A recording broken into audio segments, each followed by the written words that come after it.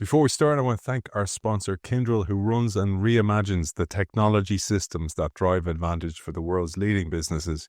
With a unique blend of AI-powered consulting built on unmatched managed service capability, Kyndryl helps leaders harness the power of technology for smarter decisions, faster innovation, and a lasting competitive edge. You can find Kyndryl at KYNDRYL Kyndryl.com. Welcome back to part two of this brilliant book. It's there behind on the shelf. There's nothing like this. The Strategic Genius of Taylor Swift. We're joined once again by the author of that book, Kevin Evers. Welcome back to the show. Thanks so much for having me. It's great to have you, man. I have a bone to pick with you. I've got in so much trouble because my wife keeps walking in and I'm listening to Taylor Swift or listening to speeches by Taylor Swift or Grammy Awards speeches, etc., etc. And she's like going, "Have you become a Swiftie?"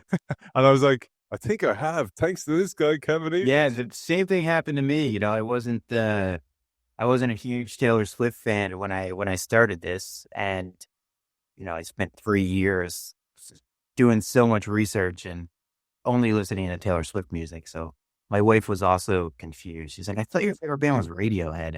Why are you suddenly so into Taylor Swift?" But she's also become a Swiftie, and my daughter's a Swiftie too. So it's become a whole family affair. We haven't converted my son yet, but maybe someday.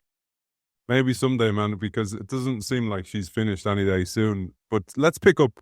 We said we'd start at the reinvention. So this is where she covers up her disappointment of losing album of the year to a brilliant album, which was Daft Punk. This is her Red album, which was released in 2012. And what's really interesting about the Red album is she really started to move into pop, but still stayed in the country world. So she was straddling two different genres. She was dominating both genres. She was the most played artist on country radio. She was country music starling. Yet with the songs that she made with Max Martin, the Uber producer, she realized her first number one hits. She never had pure number one hits before. And those were played on pop radio. And so she gets to the Grammys, and Taylor's always been really, really competitive. And she wants to win awards, or at least she really seems like she wants to win awards. And she loses to Daft Punk.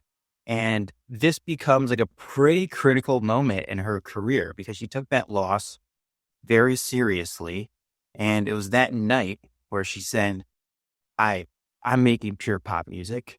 I'm not chasing two rabbits anymore. I'm not going to do, 10 country songs and 4 pop songs. I'm going full on pop. And that decision really led her to a pretty massive transformation. As we know, most transformations in companies tend to fail. And you could say the same thing about the arts too. This is a pretty major business decision that she was trying to make. By just going pure pop, she was leaving all those relationships in country music behind, and country music had really embraced her. And this was a really risky decision on her part, but she managed to pull it off. The really interesting thing is when you think about somebody reinventing themselves, say it was you or I, it's easy because it's just us. Maybe our family are involved in some way.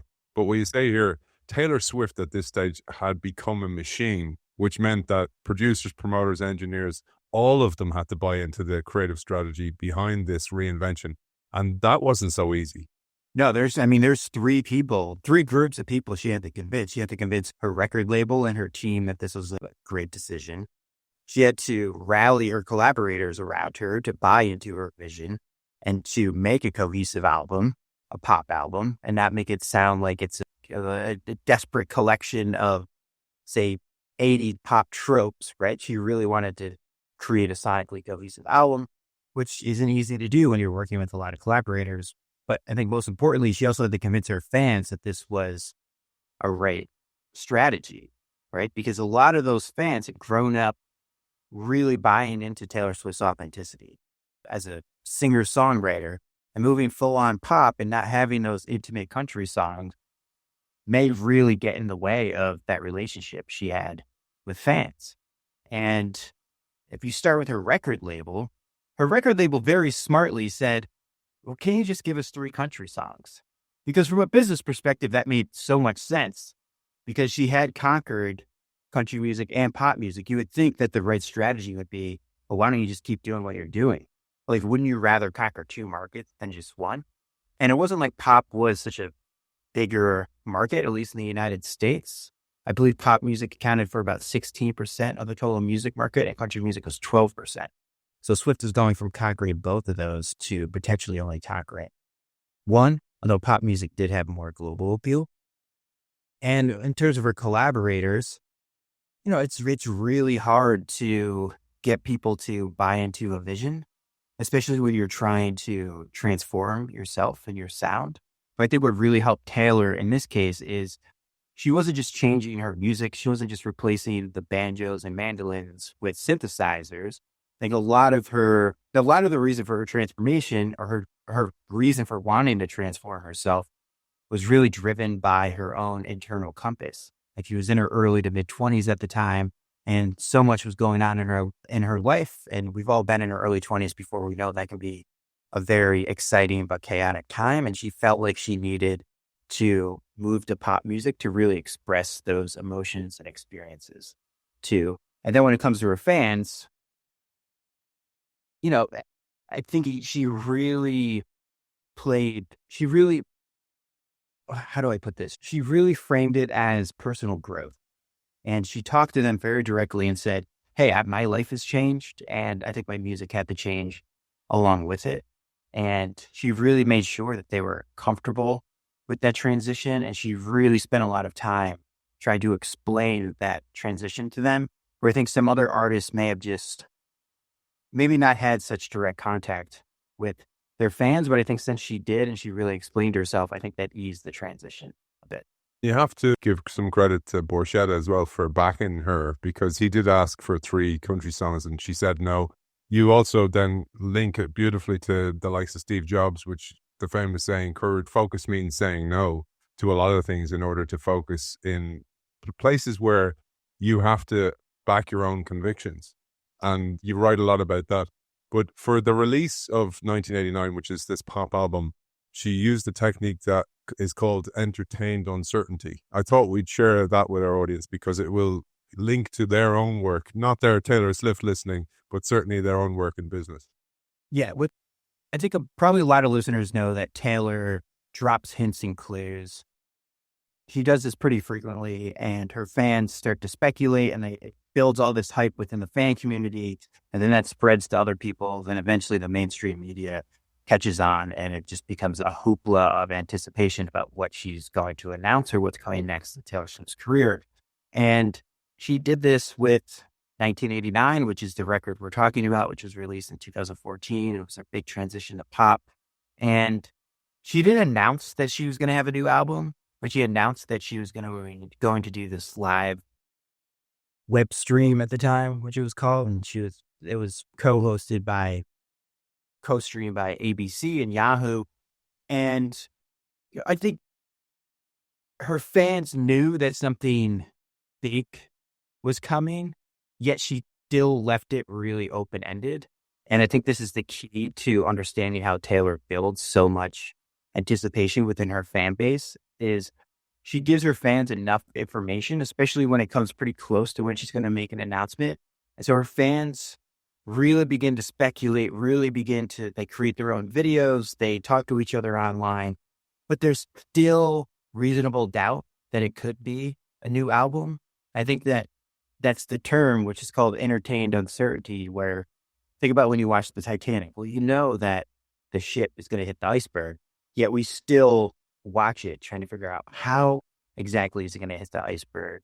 Or you really watch it for the story. And that's what Taylor does so well too, by dropping all these hints and clues, is she gives her fans enough information where they can really speculate about what's going to happen, but she leaves just enough doubt where it leads to this anticipation. But once she actually announces it, fans feel really happy because they essentially guessed what was going to happen. That sequence in the book, so at this stage in the book, you talk about how she really led the audience with her own story, sharing her story, bringing them on the journey of her own life. She got some criticism for that, but it reminded me a lot of what Jeff Bezos, when he was CEO of Amazon, did with his letters to the shareholders. In a way, telling Wall Street what was going on. Look, you're not going to get your dividends paid back. We're in this for the long term. Yep. Really leading how an organizer, how her fans thought about that. And I have to quote this, man. Beautiful quote that you shared in the book. It was actually Bezos's last letter as CEO of Amazon. And he said, "We all know that distinctiveness, originality is valuable. We are all taught to be ourselves. What I'm really asking you to do is embrace and be realistic about how much energy it takes to maintain that distinctiveness. You have to pay a price for your distinctiveness, and it's worth it. The fairy tale version of be yourself is that all the pain stops as soon as you allow your distinctiveness to shine. That version is misleading. Being yourself is worth it, but don't expect it to be easy or free. You'll have to put a lot of energy into it continuously." I share that because I think it speaks to many of our audience as well, Kevin, who paddle their own canoes or think differently and are constantly checked on that by organizations they worked in. But embracing that is really key. And it reminded me of something you said to me when you're working as an editor, embracing other people's work. You ask them things like, why can only you write this book? Mm-hmm. And for me, it's such an important part of your work, but also the theme of this book is back yourself and back your difference, because actually the difference is what stands out, and it's not going to be easy, and people are going to push back massively, as they did for Taylor Swift. Oh, for sure. That's such a great way to put it. And, Taylor took a lot of risks to move into pop. I think music critics at the time thought it was an inevitable decision that she was always going to move to pop music. That may be true, but it did come at a business risk, and it also came at a reputational risk. Taylor Swift was one of the biggest artists of the time, and if she had tried to move to pop music and it wasn't successful, I mean, she would have been heavily criticized. And she did receive a lot of pushback from her record label, yet she really pushed to do what she wanted to do, which is good. But then she also really put in the work of making sure that it worked. Yes, she created a great product. That was the number one priority. But number two, she really spent the time to explain that transformation to her fans. And if she didn't do that, I'm not so sure that it would have worked as successfully as it did. And if you look at music artists, we tend to think of them as rebels, right? A lot of artists tend to like, I'm going to let the work speak for itself. But Taylor has never really done that. I think, although it may be uncool to have a live stream and to explain your decision making as if it was some, Apple keynote or a TED Talk, I think in this case, it really worked successfully. There was a lot of other artists at the time who were trying to experiment with releasing music in novel ways to catch people's attention. But Taylor decided not to do that. She decided to really have that direct communication with her fans, and it worked. So was it uncool? Was it a really rock star punk rock thing to do? No. But from a business standpoint, I think it was the right decision. And I think the results speak for itself. 1989 at the time was her most successful and most popular album. So now we're in 2017 and she starts getting slammed for theories of inauthenticity. So I didn't notice, I was telling you before, like I have no idea of this pop culture stuff that's going on in the world. Yeah. People often ask me, Kevin, how do I get time to read, etc. That's why I don't engage in any of that kind of stuff. And it's not a criticism of it, just you have to make choices. But I missed all this stuff, and I certainly missed the second Kanye incident, and I didn't even know about that Kanye song. So I'll let you fill in this. There's one quote, I'll just lead with it, and it's Mark Twain: "A lie can travel halfway around the world while the truth is putting on its shoes." That came to mind because this is what happened. Right. Taylor Swift has received a lot of attention and positivity around the brand that she's built, which you could argue is built that authenticity, right? As this super relatable person. She sees more of a person that you go to brunch with than some huge superstar, and that's contributed mightily to her success. But there's also a negative to building your brand around authenticity, is that a lot of people may think that what you're doing is actually inauthentic. And Taylor has always received those criticisms, and I think a lot of her critics thought that this is all a construct, right? She's not really that nice. It's all a front. And Kanye West comes into the picture again in 2016. He releases a song called Famous, where he calls Taylor Swift a bitch, and her fans get very upset. Kanye comes out and said, hey, actually, I called Taylor and I got permission for this. And Taylor comes out and said, well, I never gave you permission to call me a bitch in the song. And months later, Kim Kardashian, who was Kanye West's partner at the time, releases a series of videos that Kanye had recorded where it seems to show that Taylor Swift gave Kanye permission to do this. And it really set off a social media firestorm. A lot of people and a lot of media members thought that Taylor Swift's career was in jeopardy because people had found out that she was a snake, so to speak. And her social media pages were infiltrated. People would put snake emojis. Thousands, if not millions of people were doing this. And it became this huge issue. And Taylor thought that she herself thought that her career was potentially ending, which sounds extreme, but a lot of music is driven by network effects, by social influence.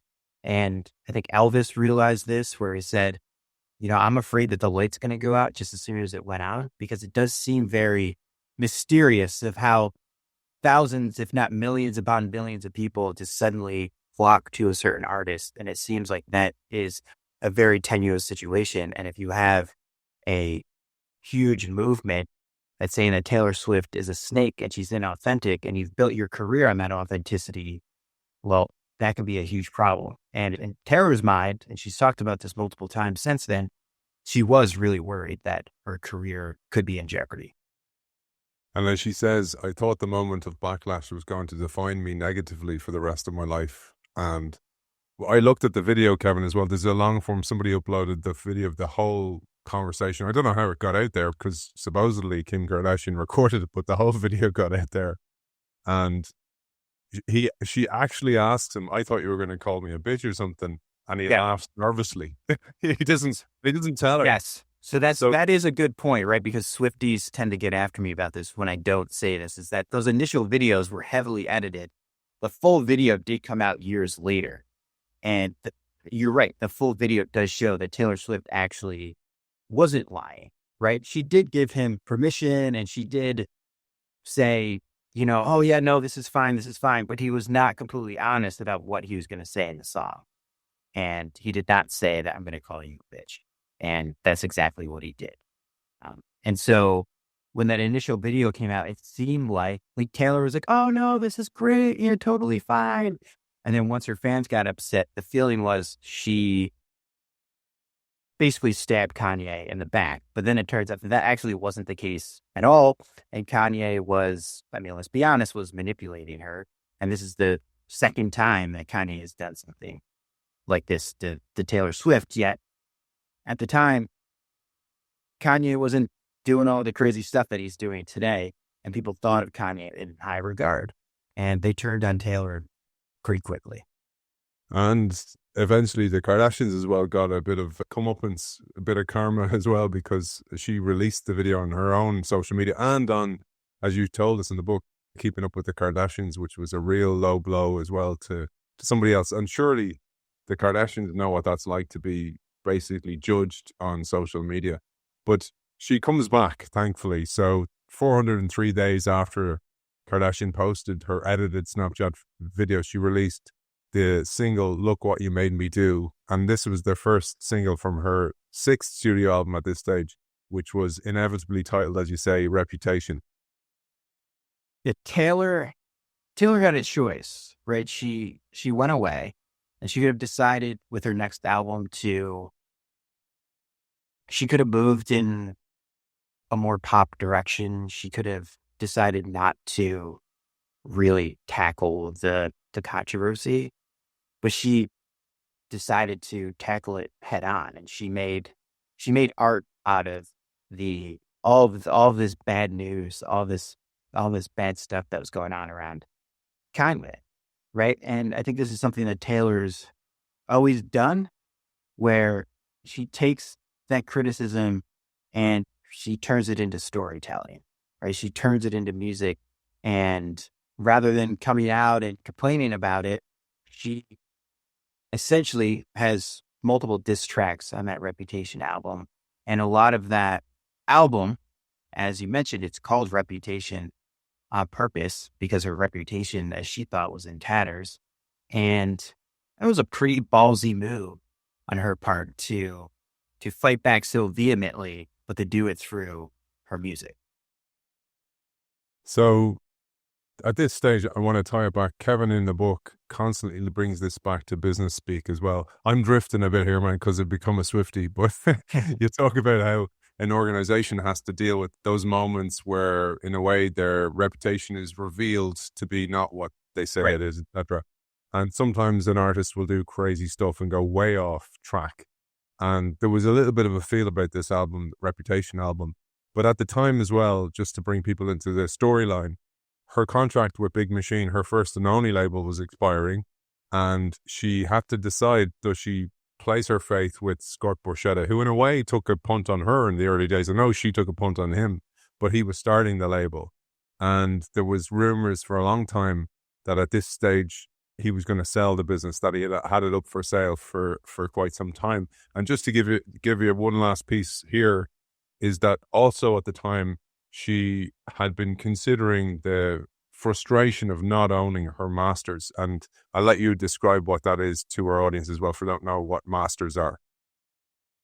So this is a major decision for Taylor because she had signed with Scott Borchetta when she was 15 years old. And as we'll talk about, Scott Borchetta is persona non grata in the Swift community at this point. That relationship has frayed, but let's be honest, it's one of the most interesting and fascinating relationships in music industry history. Right? He had started his label from the ground up, and she was one of his first signings. And I don't think Scott Borchetta and Big Machine would be as successful without Taylor Swift. And you could argue that Taylor Swift may not be as popular without Scott Borchetta.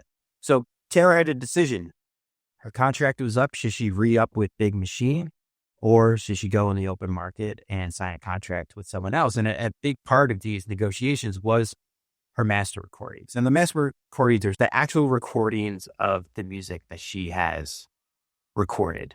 And a lot of artists don't own their master recordings. The music labels own them. And I understand why, because music labels take on a big risk initially to sign an artist. And with those master recordings, they can make money over the long term, right? They can decide how that music is distributed.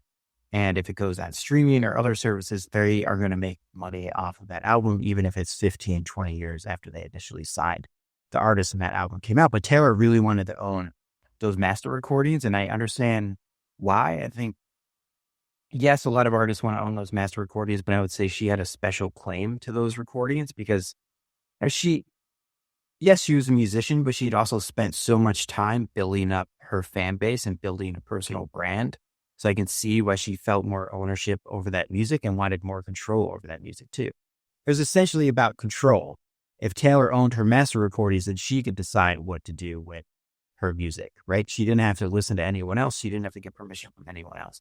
And so Scott Borchetta was also in a really interesting position here because Taylor Swift represented, there's different numbers. I talk about this in the book, but close to 30% of Big Machine's revenue. And obviously he didn't want Taylor Swift to walk away, yet giving up the master recordings would have been an issue too. And so he was in a really tough position. Eventually he did decide to give her the master recordings. And so Taylor had a choice. She could really go back with Big Machine, or she could go to a bigger label. And ultimately she decided to leave those master recordings behind and to sign up with Universal Label Group, which is it still is one of the biggest labels in the music industry. And as she told Scott Borchetta in a text message when she signed with Universal, she said, I had a choice between choosing my past or choosing my future. And I think knowing me, you know which one I chose. So she chose her future. And I think a big reason she signed with Universal Label Group is Universal Label Group had way more of a global imprint, right? And Taylor has always been popular in the United States, in the UK, in Australia, and New Zealand. But I really think that because of streaming the music industry is becoming much more global, I think it made sense for her to go to Universal Music Group so she could expand her global appeal. And we'll talk about streaming in the moment, because myself and Kevin were talking off air about the shifts in the landscape, becoming a digital landscape, and actually what that did to the whole industry and how an artist had to behave. And before we do, I just wanted to talk a little bit about this, because a couple of things came up for me here. One was, if you rewind back to that huge shift to record 1989, which was their first full-on pop, electro pop kind of based on the 80s, there's very much 80s theme through it. She talked about how, in a way, her colleagues, people who had been working with her at Big Machine, it felt like they were having interventions with her. They're like, let's talk some sense into her here.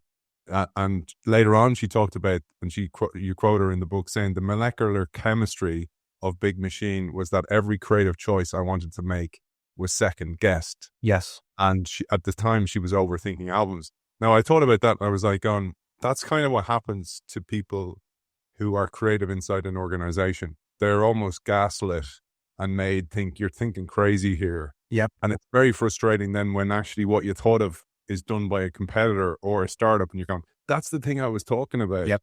And in a way, she was going through her own version of this at the time. And it was reason she went to Universal as well. For sure. And, I sympathize with that. And we don't know details of what was actually going on behind the scenes, but that quote that you said is really telling. Yes, Taylor is a great business mind, and she makes great decisions, and her fundamentals are extraordinary. But I think deep down, if you had asked her, if we were in a room with Taylor Swift right now and no one knew who she was and we had to introduce ourselves, the first thing she would say is, I'm a singer-songwriter. Like, she really is a creative at heart.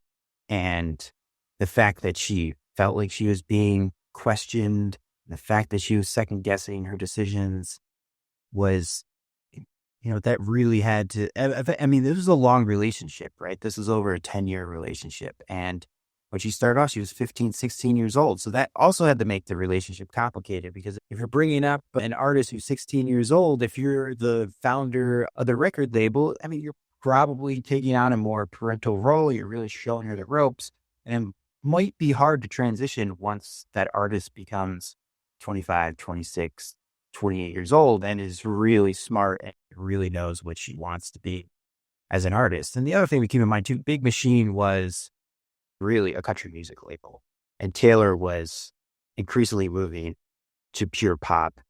And I think she decided that I don't need my choices continually questioned. Now, what's interesting these days is, even though she's working with Universal Label Group, she's co-producing her albums, as she always has, but it's really her team that's developing the music. It's not Universal Label Group. Universal Label Group is really the distributor of her music. And of course, they do have some creative say, but it's really Taylor and her team that are bringing finished albums to Universal Label Group. And then Universal Label Group is determining their promotion and marketing strategy and distribution strategies. But Taylor is increasingly doing things in-house and is using music labels in different ways than most artists do. So we're at 2019 now, April 2019, and the Big Machine sale is dragging on. But this must have been a tough decision. She released Lover, this album Lover, and it had a lead single, Me, which was essentially, as you say, an unconditional self-acceptance song. But this also led into the sale of Big Machine, and he sold it for a staggering $330 million to Ithaca Holdings, who was owned by this guy, Scooter Braun. And he was a college dropout who went on to guide the careers of people like Bieber, Ariana Grande, and Kanye West, her nemesis as well. But interestingly, in that sale as well, we knew, back to what you said from the early days, that Swift came from a wealthy family that really supported her, hence moving to Nashville. Her dad had invested in Big Machine, and he made $15 million from the sale as well, which is an incredible kind of backstory behind this. He did, yeah. So there's all these rumors that Taylor's dad bought her way into the music industry, which I'm sure happens occasionally, but at the same time, it doesn't make much sense, because Scott Borchetta started his own label and he needed Taylor Swift. Yes, he needed funding, but he also needed Taylor Swift to be a huge success. And you can't really buy your way in the music industry that way, because the only way you can be successful in the music industry is if millions of fans like your music. And that really has nothing to do with money. But her father, Scott, worked in finance. He's like really shrewd with finance. And he did invest initially in the machine. I can't remember what the initial sum was. I think it's for hundreds of thousands of dollars. And he was only one of a few shareholders of Big Machine. And so once Big Machine sold, he did make a pretty hefty profit, which I believe you quoted was around $15 million. So that's an underreported, really interesting wrinkle in this story, because Taylor came out after that sale and it was really angry because she knew that Big Machine would be sold eventually, and she knew that her masters would be sold along with it, but she just did not agree with who they were sold to. Which I can understand, because this is her life's work. And then all of a sudden your music is sold to someone who you think has worked with your arch nemesis, Kanye West, in the past. And if you don't feel like your music is in a place where people will really be a great steward for that work, I can understand how that would be extremely frustrating and upsetting, despite the fact that her dad made a ton of money off of the sale. And Braun flipped it quite quickly and made a fortune out of it. Yeah, I mean, Taylor came out and was really, really angry. The day that it was announced, she released a letter on her, I believe it was her Tumblr or Instagram page, and did not mince words, was really, really upset. And of course, her fans rallied behind her, and it led to a lot of really negative PR for Scooter Braun. So Scooter Braun decided to, to sell Swiss Masters to someone else. And what's interesting about that too is that Taylor did try to buy her masters back from Scooter Braun, her and her team, and they were in negotiations, but Scooter Braun ultimately decided to sell those to a subsidiary of Disney. Is it Disney? I didn't know it was Disney. Shamrock Holdings was the company, yeah. Yeah. So her next album, so she's with Universal here. It's a miss by her standards, and that's important, by her standards compared to the bar she had set. So this was coming after the album Lover. And on top of this, her market share was shrinking. So it looked like the end for Taylor Swift. It looked like this was a bad move. You talk about how this happens sometimes when you move to a different company, which we've all experienced. Happens in sports, happened myself, where you go to a different team, doesn't really work, and you lose faith in yourself. And it's the start of the end. It's the beginning of the end. So people thought that this was it. She got to a very good place. And you link it here to the term premium position captivity. Yeah, I mean, this happens to a lot of great companies where they're so successful and they're so dominant that they become captive to their own success, right? Things are changing around them, but since they're doing so well, they're not really thinking about the outside environment, or at least not in a way that they really should. And once things shift, they're caught flat-footed. They're not able to be as agile as they should be. And you could argue that this was happening to Taylor Swift, where for the longest time, she really didn't have to worry about streaming. She actually had a very contentious relationship with streamers, where she had pulled a lot of her music from Spotify. And she had a very public battle with the co-founder of Spotify, Daniel Ek. And streaming isn't just a distribution service. It really changed the way we listen to music and what we think about music and how we access music.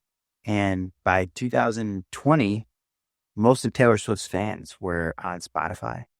And she really didn't have much of a strategy beyond now finally putting her music on Spotify. And there's all these other artists who I talk about in the book who came up around the time of Spotify. And because of that, were much better at adapting to audience preferences. And Taylor was much slower to adapt to those things. It's really the first time in her career where I'd say she was caught behind, right? She was caught flat-footed. And that album Lover, even though the initial numbers looked extraordinary, in the long run really weren't as good. And this was their second straight album that did not rise above the previous album, which was 1989. So yeah, she was in a position where she really had to make she had to make a change. She couldn't keep doing what she was doing. She would still be a successful artist, yes, but it's just like in sports. You want to win Super Bowls, you want to win championships, and if you're not making the playoffs every year, then someone's going to say that something's wrong. It's the same way in the music industry. She was the number one artist, and her market share was dipping a bit. And like any business, she obviously wanted to grow her business and to grow her fan base. And in order to do that, something had to change. She couldn't keep doing what she was doing. I love this part of the book. I really went deep on this. I went down so many rabbit holes, man, on this. Not only with Taylor playing in the background, of course, but at this stage, so there's a journalist, Tatiana Carisiano, or I think that's her name. I'll link to her brilliant blog. Actually, I looked at her blog. She talks a lot about the music industry. You quote her, and she talked about these different tiers of classes of artists. So class one was pre-digital era, essentially, which Taylor was. We forget that. Yes, she was around MySpace, but the music didn't exist except for things like Napster or illegally. Uh-huh. Maybe a little bit on iTunes, but it was still transactional. You still had to buy it. And her success, you talked about the premium customer captivity. Her success was based on these parties, these ways to get people to buy physical albums, buy multiple versions of the physical album. It was a different world. And then class two were the ones that straddled both worlds. They came from the old world, Beyonce herself, and then they went into the new world and had to deal with both. And then there was class three, people like Drake you talk about, and they treated it totally different. And a really important thing you say here, Kevin, is her problem with streaming stemmed from mostly the ad-free, the ad-supported tier, the common subscription lure of freemium. So get them on and then convert them, because the ads are a little bit annoying. They're bugging you all the time. So that's a tax for having it free. And that was one of her problems, because she didn't want this premium product that she'd built and written sitting beside, for example, you say, ads for Me Undies. Yeah, for sure. Yeah.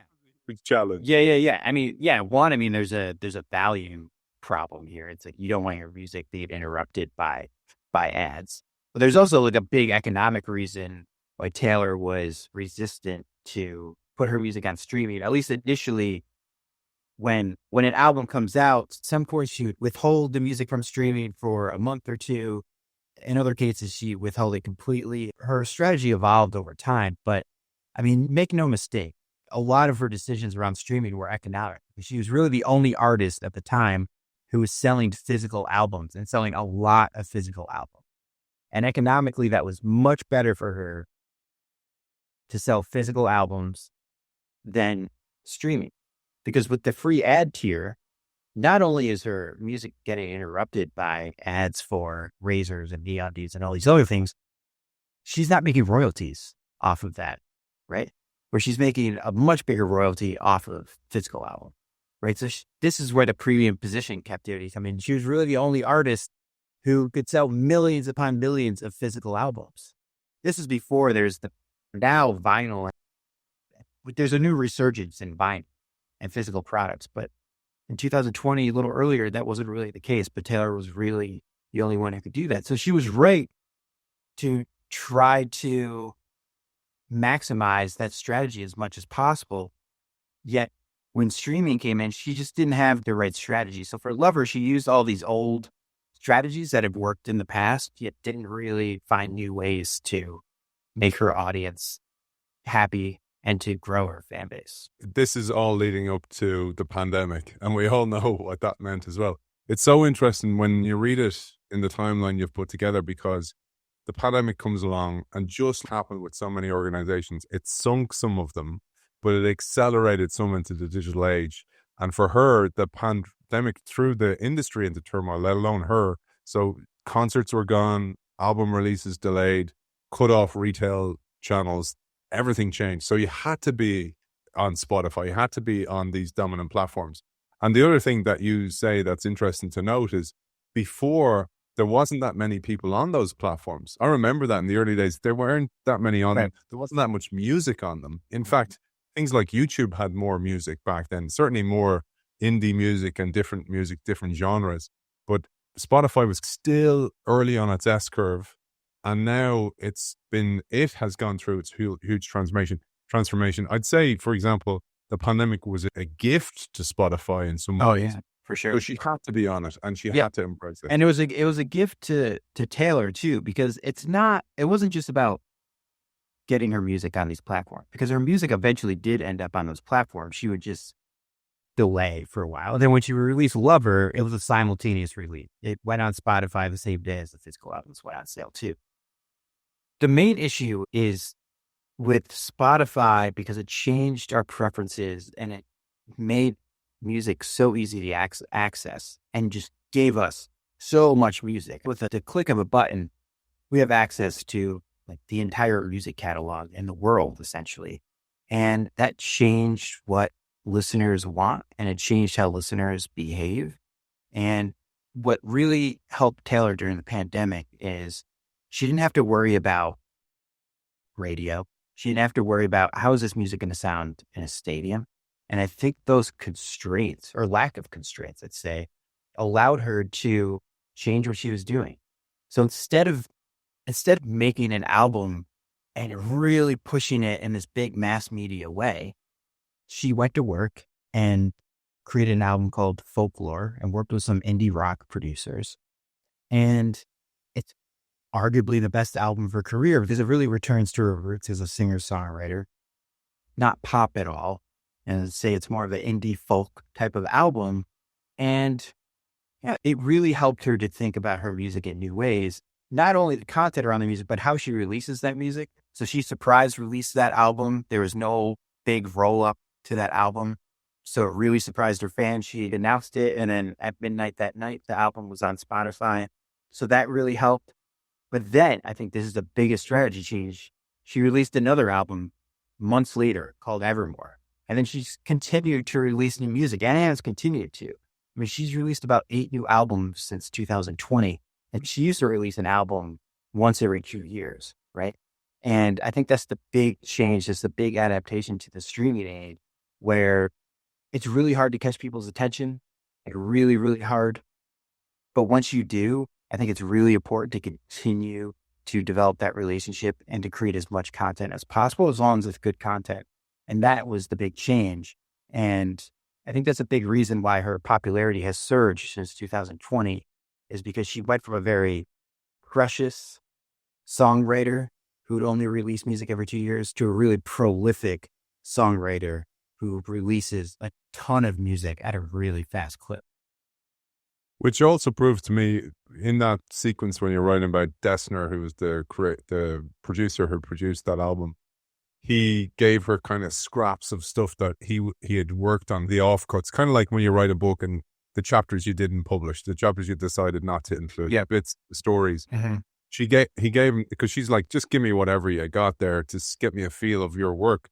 And he said, like, he came back like a day later and she'd written like 3 songs or something like that. So you also get these little hints that for people who doubted that she was writing the music, she absolutely was. And you could only do that if you were writing your own music. You couldn't, this is not like, you know, I think about shows like Family Guy, where eventually it's not just the main Seth MacFarlane writing them. It's actually a team of writers, or Simpsons as they grow and grow. Yeah. Because when you get to the Eras tour, you couldn't do what she did, 3.5-hour tours, 3.5-hour shows, unless you went through the struggle of writing those songs. It's like when I interview you, I absolutely know you wrote the book. You didn't have a ghostwriter write it for you because you know the stories inside out. And you only really, really do that when you've gone through the struggle. Yeah, and I think her fans recognize that too. And for some listeners who don't quite understand the music industry, it is actually pretty rare for someone of the stature of Taylor Swift to be really in charge of her own career, really writing her own songs. A lot of artists of that caliber are really, really dependent on co-writers who are doing most of the work, if not all of it, right? I mean, it varies from artist to artist. The fact that Taylor is the CEO of what she's doing, how she's in full control of her, at the creative side of her career, and the fact that she's writing these songs from her own perspective is the devil's in the details. And I think you can tell by the way she sings, and you can tell by the way she expresses herself. And I think that's, one of the many reasons why she's able to have such a deep connection with her audience, while doing as well, changing in some cases like pretty dramatically from album to album, right? I mean, from Lover to Folklore, that was a huge transition. Lover was a big bubblegum to pop album. Folklore was more of an indie rock album, which is a big shift for her. Yeah, I think when she's at her best, she finds ways to, like, the shift in the music is based on the stories and the emotions and the experiences she wants to express, and the music is secondary to that, right? It's like the music is a way to get her point of view across. And so when she's at her best, the emotion and the lyrics are in lockstep with the music. And that's why she's able to adapt so often, because the core of what she does doesn't necessarily change, even though the music sounds a bit different. One of the things she'd been criticized for is like writing about boyfriends and, oh, you shouldn't be doing that, etc. I thought about that because we've done 2 episodes and I've read the book over 2 weeks. I was thinking about that. I was like, everything I write is based on some experience in life or something I'm reading, because you don't have an output without an input, and you mix it marinates with your own thoughts and your own metaphors and the way you make sense of things. And that's why I actually write, is to actually make sense of this and to learn it in a different way. So of course she's going to write about the experiences you had in life. I don't understand that as a criticism. Criticism is so bizarre to me, right? I think it's just a way to put her down, and it probably comes from a sexist point of view too, where love and heartbreak is what a lot of great music is based on, and the fact that she's returning to these themes over and over again makes total sense to me. It's right. You look at a Picasso painting, you look at a series of Picasso paintings, they start to look similar after a while, because he's obsessed with the same themes and the same ways to express himself. And he's just trying to perfect that over and over and over again. And you can see that with other artists too. So the fact that she's obsessed with love and heartbreak seems like a positive to me, right? I don't see any issue with it whatsoever. I often think about that. I think we mentioned on the first part was when people are critical of people like Taylor Swift for the success. And it goes back to what I was saying about Bezos, that there's a huge price you pay for that, to be consistently there. Like, most people would be happy with one album or one, even a number one. I was thinking about this, how that song, Suzanne Vega, Tom's Diner, that famous song, was playing in the gym earlier on. That there was a remix version of it. And you've given me a new lens to hear these things. And I was kind of going, like, if you're Suzanne Vega, that song was at number one for a very long time. Of course you're delighted. But then some people like Taylor Swift's like, that's not enough. I not only have an album that needs to win a Grammys or a VMA or whatever, I want to do it again and again and again and again, and I want to dominate. Then, that belligerence is just incredible. Well, it's something that we admire in athletes, and I don't know if we admire it so much in musicians, at least female musicians. And for me, her competitiveness, her drive is one of her defining traits. And she's talked about this in an interview recently where she's on a late night talk show, which she hasn't done that much recently. But for this album cycle, the Life of a Showgirl album, she's been more out in front of the media. And she says, people, I forget how she phrases it, but she's been criticized for wanting to be number one. And because she's obsessed with being number one, especially over a long period of time, so she's been on the number one spot for 9 weeks. Well, she'll put out new variants or digital downloads to make sure that she stays at number one. But of course, as she does this, she knocks someone else who could be number one is number two, right? And she's like, well, of course I want to be number one. Like, of course I want to keep doing this. And I don't think there's anything wrong with that. I think her drive and her competitiveness is a big reason why she's continued to do so well. And look at the Eras Tour. I always use this example. The Eras Tour, demand was extremely high for that tour. She hadn't toured in years and years and years. Ticketmaster said that she would have had played 900 stadium shows to meet the demand for the first U.S. leg of the tour alone, right? And of course, there's no way she could have done that. And she didn't have to, because the demand was so high, she didn't have to play a 3.5-hour show. She didn't have to play a set that was 44 songs. She could have played a 2-hour greatest hits show, and I think her fans would have walked away and it would have been joyous. But instead, she plays 3.5 hours. And I think part of that is her competitiveness, right? She knows that she wants to put on the biggest show possible and will stretch the limits of the physical limits and emotional limits of what she's able to do. But it also shows that she's fan obsessed too. I think she's obsessed with setting those high expectations, but then exceeding those high expectations for her fans. And even though it comes at great cost to her, physical cost, emotional cost, and economic cost, putting on a 3.5-hour show is much more expensive than putting on a 2-hour show. Yet I think she understands that those concert moments are huge conversion events for casual fans who go. Like, they'll be lifelong Taylor Swift fans, but it's also a way to really strengthen the bond among her fans. And so putting on the biggest show possible, really going over the top and doing a 3.5-hour show is a way to build loyalty and passion in her fan base.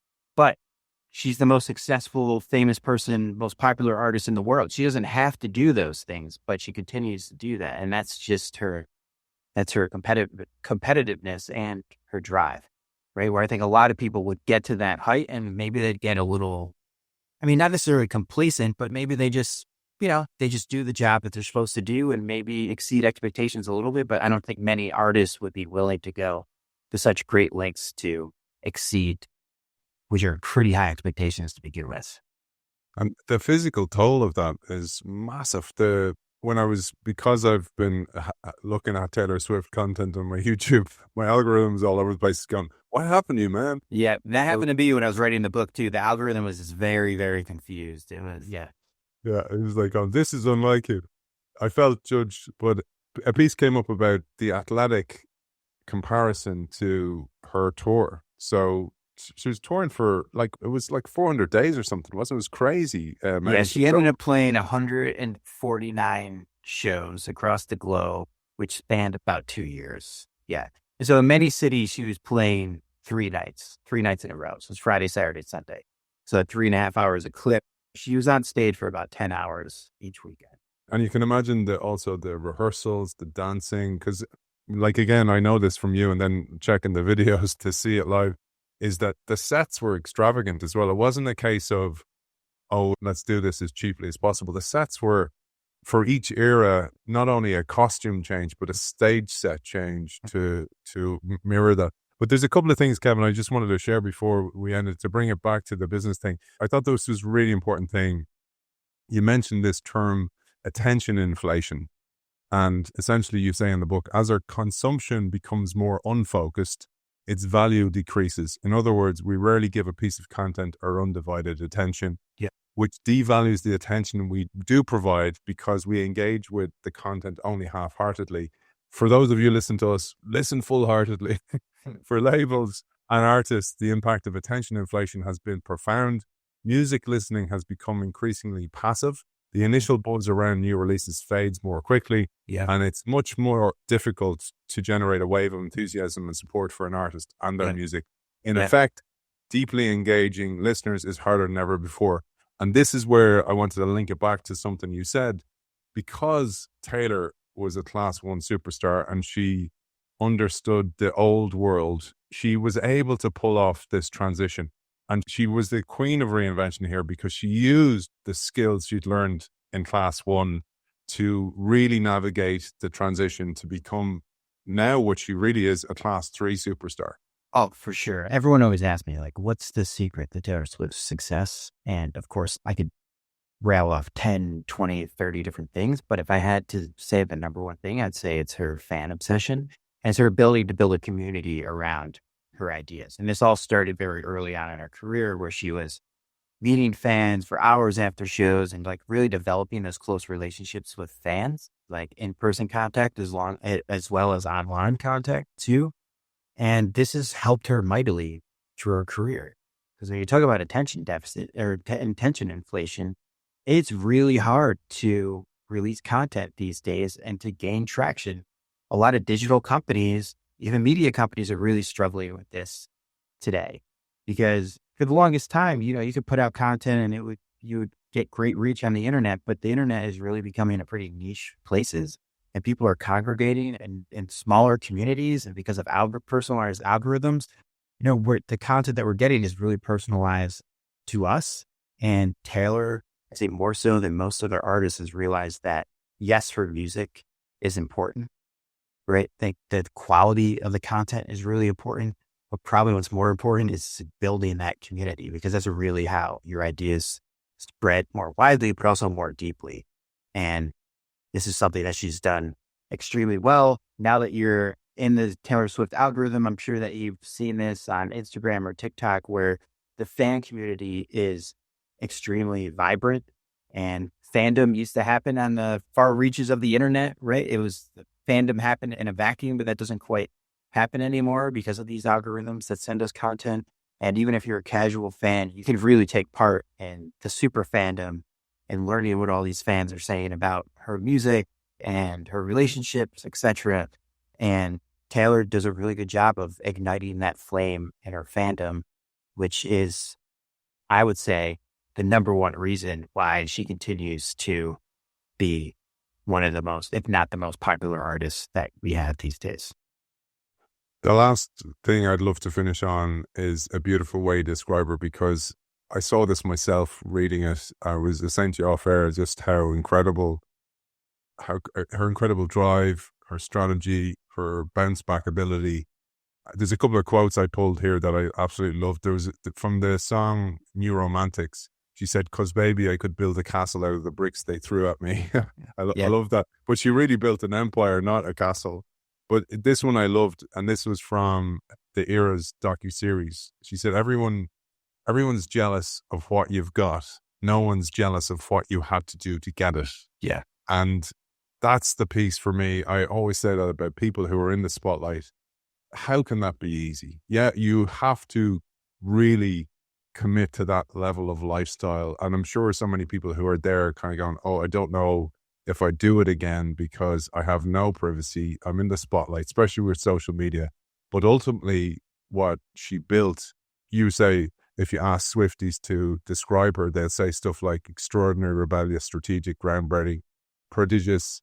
But mostly you say it's Nassim Taleb's anti-fragile. Yeah, it's such a great term for her.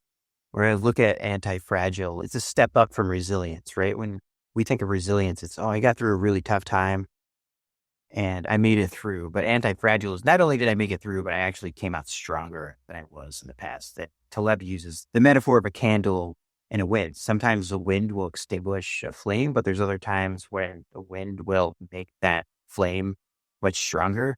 And he says that you want to be the candle and wish for the wind.